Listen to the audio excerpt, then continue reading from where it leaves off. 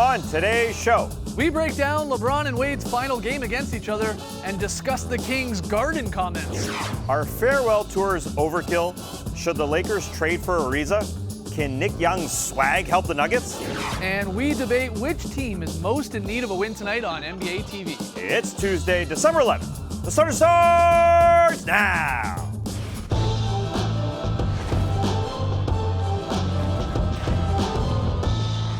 Good evening, Sweet World, and welcome to The Starters. I'm Jay Skeets, that's Tass Mellis, that's the Aussie Lee Ellis, and over yonder, well, that's the bearded one, that's Trey Kirby. Hey-o! Hey-yo! TK, what's up? Well, I'm here at the internet looking for your best tweets at hashtag the starters. And guys, if you were wondering if Joel Embiid was sick during last night's 76ers game, the answer apparently is yes, very sick. I have migraine and diarrhea. Wow. Yeah, he was asked if he had a migraine, so I can understand why this came up, but still a bit too much information. But it brings us to today's question. What is the biggest NBA overshare that you can remember? For instance, how about the time that Manu Ginobili took a knee down below and then let slip that he might be down a Hibbert? Have you ever heard the expression in the States of, I give my left? I gave my right one. I gave it all. I gave my right one for this person. I can say it. I can really say it. Shout out to John Kruk. We want to hear from you, so hit us up on Twitter and let us know what's the NBA's biggest overshare. Send us your best tweets to hashtag the starters. We'll hear from you a little bit later. All right, get your tweets in. On tonight's show, we've got the up-down report. We got a little fill-in-the-blank fun. We got a very solid play, but we start with a little true or false, the Last Dance edition. TK, take it away. One last dance, we're gonna celebrate. That's right, Dwayne Wade and LeBron James faced off for likely the last time last night, as Wade is set to retire at the end of the season. LeBron went for 28, 9, and 12. Wade put up 15 and 10 assists, and the two of them guarded each other in the final few possessions of the Lakers' win. True or false? LeBron and Wade's final game delivered. It's true. It wasn't storybook, but it delivered in the end. As Trey mentioned, they guarded each other down the stretch. That's all we needed to see. Yep. We needed to see one guy shoot the ball for the win, and Dwayne Wade shot it for the tie here. I wish he took a second and shot a little bit more in control after he turned around. I think Bron guarded him extremely well for that first pump, and then he should have just waited. Bron wasn't going to block his shot, is what I'm getting at. He was going to let him have it? Oh, yeah. Oh, yeah. You might be right. Not the first attempt. Wade, I'm going to stop you, but the second attempt, he could have, instead of spinning wildly out of control, he could have just chilled. He still had time as well to pass it and maybe get it back, but maybe didn't know that at the time. But it was a nice way to end, and their season series against each other, LeBron 16, Dwayne 15, they both knew that going I like in. that. So I think that's a nice way to end it. But funny thing about these two, their career for me is there was never any animosity. They never had a moment where, because they came in the league together and they played against each other, but never in the playoffs. Then they joined up and became teammates. Then they went their own separate ways, but there was no ugly breakup, kind of like a Westbrook and Durant. Sure. It was like, you know what, we had our time and now we're going our separate ways. And then they came back together. So it's sort of almost lacking that little bit of tension in their relationship. It was like, oh, that's kind of perfect. They were friends and they won and they're still buds. Yeah, the tension, as you said, was who comes out on top of this head-to-head series. And is it all that important that LeBron has one more win than Wade? Maybe in 30 years when they're talking about it over a glass of wine, I guess. But yeah, this sort of delivered in the sense that it was a close game. Shout out to Justice Winslow for having a great game for the Heat, keeping it close, Kuzma for the Lakers. But we got that little one-on-one at the end. And then, it was really cool. And we're going to get into the jersey swapping and all that. But the moment that they shared in front of thousands of cameras and millions of people watching, a personal moment between the two, I guess, if you want to call it personal. But it was neat that they were taking the time to either put on the show or just straight up address it. I mean, it was cool, especially for a game here in December. It's funny, Wade still has a lot of basketball still to play. Yeah. But it felt like at times this was Dwayne Wade's last game. But no, he's still got games to play, and we'll see something special, I'm sure, in Miami come the end of the season. But yeah, I think it did deliver overall. And I think it was perfectly hyped as well. We didn't go overboard heading into the game. We were excited for the game, excited for the moment, but it wasn't crazy stuff, and that's why it was sort of worked out. Yeah, it was a good fourth quarter to pay $1.99 for. Now that you can pay for quarters, that would have been well worth it. All right. Next one here. Last night's flash dance wasn't without a little intrigue because as soon as the game ended, LeBron and Wade were congratulating each other, and that's when LeBron mentioned a certain New York location. Oh, that's open to here in the Garden, that's it. That's right, it's only in here or the Garden. True or false? LeBron almost signed with the Knicks. True. The New York Knicks. No, completely false. He was never really going to go there. I mean, 2010 was probably the most likely time he was going to go, but the Knicks, I think more the dysfunction within the franchise kind of turned LeBron off. I don't think he wanted to go there to go to a situation where it was chaotic and a mess, whereas the other option was to stay in Cleveland or go to Miami. And he had a chance to go to Miami, play with people he knew, he's played with in Team USA and he trusted. And the organisation with Pat Riley and Mickey Arison there just had a better reputation for taking care of players. Sure. New York's kind of been it's been a dysfunctional franchise for so long now, and I don't think LeBron felt that was his best chance to win, unless they were to somehow get another talent, which seemed unlikely at the time. Well, let me ask you this then, a bonus true or false here. True or false, LeBron was taking a shot then there at the Knicks in what he said to Wade last night? Or was he just saying, cool, awesome venue, like Staples, like MSG, that this was our last game against each other? Or was it a subtle or not so subtle little shot at the Knicks? Maybe even Phil Jackson and his whole posse comments way back in the day. What do you think of that? Well, you said the game wasn't overhyped. I'm not so sure about that, but this storyline here, this is overhyped. This is crazy that articles were written about his comment that he said the word garden. Right. That we would end. He was just basically saying there's two extremely special places in the NBA, and that's LA or Madison Square Garden. That's all he was saying. There's no way, with all the dysfunction that was happening in the Knicks organization, that he was going to sign there. There's just no way. You know what? We talked about it on the podcast. I was with you at first. It's him just pointing out that those markets, those fan bases, it's just special. It makes sense. I've completely changed my tune. I've completely changed my tune. And here's why. LeBron is the most self-aware superstar maybe we've ever seen. And that is why 99% of the time we see LeBron talking on the court after games. He's doing this. He's got the towel. He's covering up like this. So we can't see what he's saying. He wanted everyone to see, all the thousands of cameras to see this comment, that I'm now completely convinced that him and Wade, when they were having their glass of wine last night, they're like, here's what we're going to do, all right? I'm going to say, hey, man, thanks for coming to Staples Center. Thanks for playing this game here. And then you can come back with the Knicks. I think they all set it all up. I think it was all a show. It's incredible. Yeah, he was going to play in James Dolan's band. He was going to be the lead singer for James Dolan's band in New York. No chance.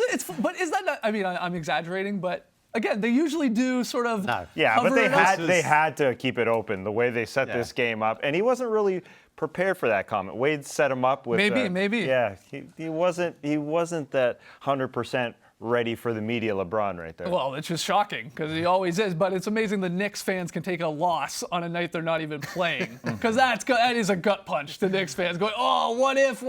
Was he saying he was going to come here? Oh my God, this could have been us. Yeah, well, it would have been cool if he did go there and won a championship for New York. That would have been awesome. That would have probably cemented his place as the greatest of all time if he turned that franchise around at the time. But well, now instead, Kevin Durant can go and try to do it. Yeah, but we saw some awesome performances from LeBron and Wade both in Madison Square Garden just to torment their fans. Have you ever been to Madison Square Garden? I have. It's I've been ejected from Madison Square Garden. I forgot about that. All right. Final one here, Trey. All right, this is season 16 for Dwayne Wade, as he has said that he's going to be calling it quits at the end of the year. He's been trading jerseys with opponents all season long. He got a tribute video at last night's game in LA. He even has his own Twitter emoji for his One Last Dance hashtag. True or false? Farewell seasons are overkill. False. I think nothing wrong with fans saying goodbye, but for 82 games, each and every game, we don't need to say goodbye. As you said, it felt like it was his last game out there. Why not every franchise, every organization says their goodbyes? So 30 goodbyes. 30 times a year, I think. We don't have to, he is going to say goodbye to the Knicks fans multiple times. Every single organization in the Eastern Conference, at least. When you play there your last time, that's your goodbye. I got no problem, though, with the jersey swap. No, and he that's hasn't fine. And he hasn't done it every single time. Maybe it feels like it, but he's done it a number of times with McCollum and Crawford and stuff like that. But he's picking his spots. I think that's a cool thing. There's no, they gave them the little video tribute last night. It was 90 seconds long during a timeout. Again, totally fine. I think you're cool with that. I love video tributes. Yeah, well, there you go. And then there's no ceremonies going on here until the Heat do it on the final night when he plays there. Then but there's no gifts and stuff like that. I got no problem with this type of farewell. It's up to the organisations to determine how much they want to celebrate when he's there. And if they want to give him a tribute video, great. If not, it's like, who cares? It's up to them. This has been on a lesser scale than Kobe's. Kobe's was... Well, yeah. That was every day, every night. Kobe at one point told other teams, stop doing ceremonies and stop giving me gifts. He ended up doing that at one point. He said that. He said Oh, come on, Lee. All right. I say the same thing at Christmas. I don't mean it, Mom. Fill the stocking. Give me the gifts.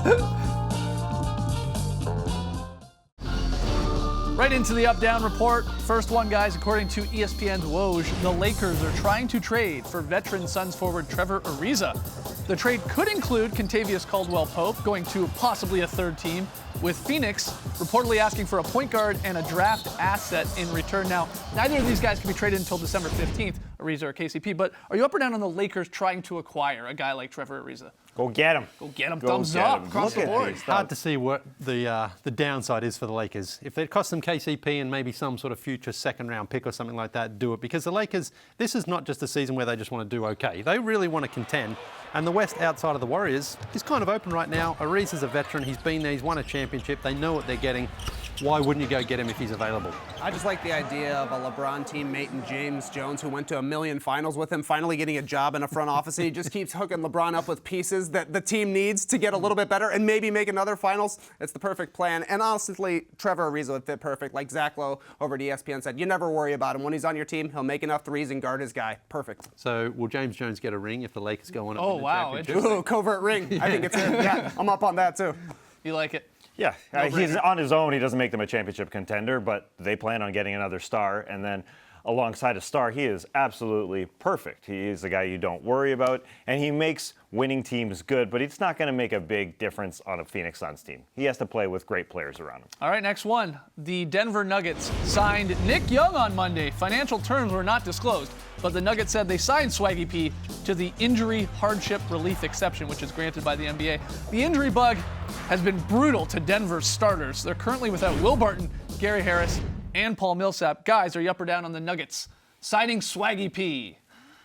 Okay. I thought We're agreeable guys today. I thought we were going to get a thumbs down on this one. NBA champion, Nick Young. True. I mean, Fair look, enough. he played a role in Golden State, and he played that pretty well. And right now, the Nuggets just need shooting, and they need body. They need some experience, and he fits that bill. I just wonder, though, is Swag kind of out right now? Should he become Drip? Oh, Drippy P? Yeah. Doesn't sound good, Lee. Yeah, no, it doesn't. Sounds like Grandpa's got a problem. But it's hard to stop thinking about that once you come out of your mouth. Drippy P. Well, let's move on. Flexi P. You think he can help this team, though? I mean, regardless of Nick Young, he isn't the story here. The story is that they're injured, Right. and that's the issue. But even with those guys out, even with Paul Millsap and Gary Harris out, Will Barton can step up as he comes back really soon, Should be soon. along with Nikola Jokic and Jamal Murray to be 25-point guys. And those are the guys that have to step up and score a lot. I think it's on Nikola Jokic. He owes this team one for having a couple weeks back there where earlier in the season where he didn't score a ton, didn't shoot a ton. Yeah. And he had a great game on Monday against Memphis where he scored a lot, he rebounded a lot. This is his little stretch here where Nikola's got to score a Got lot. to take over. All right, final one. This is a fun one. On a recent episode of Inside the Green Room podcast, newish Raptors guard Danny Green shared his thoughts on Canada's bagged milk. It's borderline a pain in the to pour milk in a bag. You have to buy your own container. I was almost late today to practice because of going to the store, little container store, find some containers to put my milk from out of this bag in containers. Don't know who we need to talk to, but that needs to change. Oh boy, interesting one. Are you up or down on bagged milk? You guys all lived in Canada?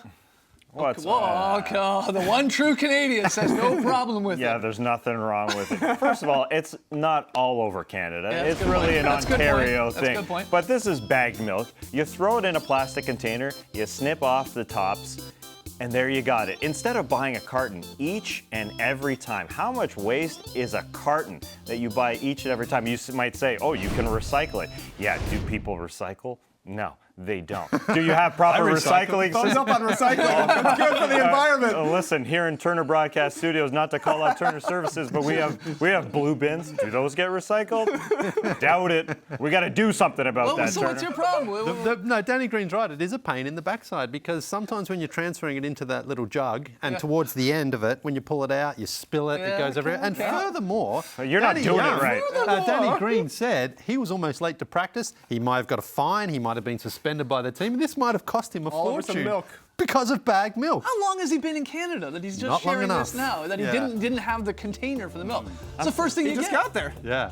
That's one of the toughest didn't things just to get there. That's one of the toughest things to get used to when you move to Canada. No doubt is the bagged milk. That first pour, you got a little overflow of the Yeah. bag, and so you cut your snip, you go for the dip, and it spills everywhere. It's a real drippy pea situation. All right, that's it from you guys. Thumbs up or thumbs down on bagged milk. We know Danny Green is down. Too bad we don't have a team in Vancouver, like you said, Tass. They don't have bagged milk out there. Right. Yeah. They'd be fine. It'd be all right. Okay, when we come back, fill in the blank fun. Drink cow.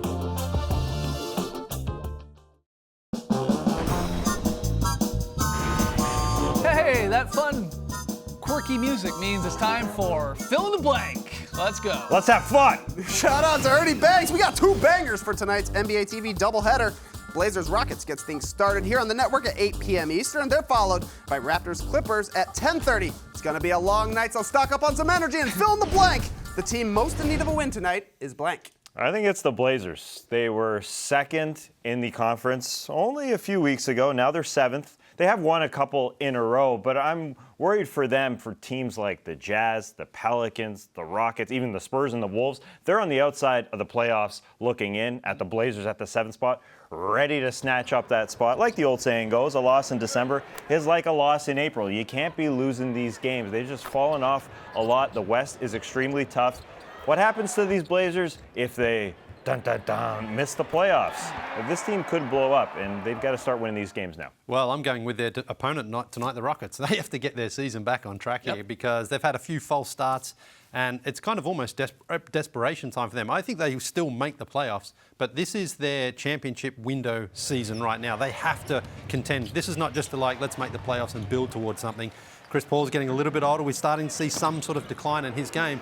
The Rockets just have to string a few wins together here to show they are still an elite team in the West. Good picks. I'm going to go with the Raptors, though, for a couple of reasons. I mean, I could have put Lowry, just Lowry, because I'd like to see what we see from Kyle Lowry if he plays in this game. They could be without Kawhi Leonard. He's got to get out of this shooting slump. I mean, he's 3 for 25 from three-point range in December. It's embarrassing. Raps have a tough stretch of games coming up here after this one tonight in LA. Golden State, Portland, and Denver all on the road. And the other reason, got to get this one for Coach Nick Nurse. His mother unfortunately passed away yesterday. He was home in Iowa with his family, but is reportedly going to be there coaching this team tonight. Do it for Coach Nurse. Our condolences, of course, to him and his family. But yeah, Raps got to get this one. It's a big one with this stretch coming up here. Next one, Trey. Things looked okay for the Bulls last night as they led by 11 at halftime against the Kings, but then the second half happened and the Bulls were outscored by 30 in the half as they had more turnovers than made shots. That left one unnamed King to remark, another 2.5-hour practice for them tomorrow. Fill in the blank.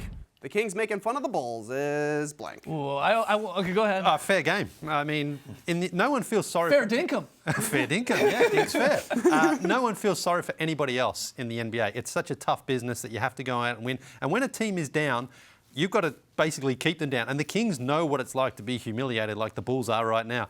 Kings had a very, very impressive win, down big in that first half, came back and won. They don't care. They want the Bulls to suffer as long as they can. I went with a new low. Same sort of idea here. But this is like Carrot Top telling you you're not funny, or like Hoobastank telling you your band sucks or something. Like, this is bad. When the Kings are openly mocking you and, crushing you in the second half on your own floor and you got booed off again for the Bulls, that's bad. That's a new low. This has been a very bad couple of weeks here for the Chicago Bulls. This is Trey Kirby's nightmare right now. Speaking of comedy. I was going to say, speaking of Carrot Top, comedy. Commenting on something topical, I mean, that's great stuff. That's glorious stuff. That's perfect Sacramento. They were reading the papers. They were watching the show. Yeah, I guess so. I mean, yeah. Final one here, Trey. Where all my Sasquatch heads at? Yeah, buddy, we're talking conspiracy theories because Stephen Curry just told the Winging It podcast that he doesn't think people have really been to the moon and that the landing footage was faked. This, of course, comes nearly 2 years after Kyrie Irving said that he thinks the Earth is flat, something he eventually apologized for. Fill in the blank. The next hot NBA conspiracy theory is blank. Mermaids are real. Mermaids are real. First off, it's a big ocean. We don't really truly know what's down there. But here's the real reason why. Mermaids are going to start coming back into the discussion here because we got all these live action Disney remakes. Right, we've got Lion King and Dumbo and Mulan, I think, is coming. At some point, we're going to get a Little Mermaid live-action remake. Mermaids will be back in the mix. People are going to believe they're really real. Mine is that Dwayne Wade never played for any other team other than the Heat. Started his career in Miami. He went to the Bulls, didn't work out. He went to the Cavs, remember? And then he got traded back to Miami, and now he's having his swan song in Miami. We're only going to remember him as a one-team guy. Is it sort of like Iverson? Are we going to do that with Iverson Somewhat, a little yeah, bit? yeah. He only played for Sixers? Good one. I wrote alien communication because it's already happening. What do So you, it's what do not you a know? conspiracy. Yeah, what do you know, man? Is it a conspiracy? We gotta take a break. Let's hear from you guys. Fill in the blank on Twitter. Hashtag the starters. What's the next hot NBA conspiracy theory? When we come back, Lille's very solid play. Here's a conspiracy. He doesn't pick the solid plays. He picks the sexiest one.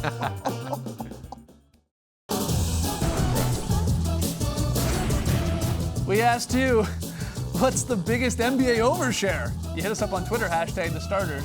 Hurricane's not even laughing over it. Some good suggestions. Jake says, when Rob Hennigan posted the whiteboard, you gotta hoard your boards. Tyler says, easy, one simple Tommy Heinsohn quote. I took a look at Haynes in the shower. He looks like all of Australia. He's really put together. That was awkward. My favorite answer from Sam, who says, the Leapy. Yeah. Go listen to our December 8th, 2017 podcast. Can't believe we didn't celebrate the 1-year anniversary. Oh, yeah. Lee describes what the Leapy is. We're not getting into it right here. Yeah, Okay. it's an AC Slater move. Yes, that's right. Ooh, tonight's pick and play. It's the Raps and Clippers. It's the Clippers. The Clippers are taking the Clippers in a shocking twist. They're backing themselves. It's like Pete Rose, sort of. Lee's got the Clips, and everybody else has the Raps. Good luck, y'all. Okay, very solid play. Yes, we're going out to Phoenix, and it's one from the Clippers. And Skeetsy, you were right in what you were saying before that I don't pick the very solid play. The very solid play picks you. Oh, yeah, You know, that's a beautiful one. That's what I call a very solid play. Picks you in like 3 seconds. All right, the Drop Podcast, it's up because it was Tuesday. We recorded it. Go download that. We had a lot of fun, talked about some of the stuff we got into here on tonight's show and a whole lot more. We got time, I think, for a fan sign here, Lee. Yeah, and it's Master Chief who's taken the lead in his race with the serial sign Centerina. This is his 4th sign of the year. Oh, yeah. I'd like to point something out, Lee. Yeah. Have you noticed every time he sends in a sign, it's the same sign, and the middle is like a whiteboard? That's all right. They're different. Look, they got different words on there, different text. No. It is. No. Look Yeah, at the difference. no, I know It's they're not the different. It says it's same. freezing. Hold on, It that's says not take note. making a different sign. Hey, it's being creative. I don't know. I think Master Chief is Master It's like we Cheater. do fill in the Master blank. We Cheater. don't use the same answers, do we? We erase them. And We he's come up always with wearing new the same ones. hat. Change your hat every It's more, once in a while. more practical than creative, but Yeah. What, you think it's fair? Fair dinkum? It's not fair, Dick. No, I didn't think so. No, Come on, absolutely Chief. not. Thanks for joining us, folks. And remember, we landed on the moon.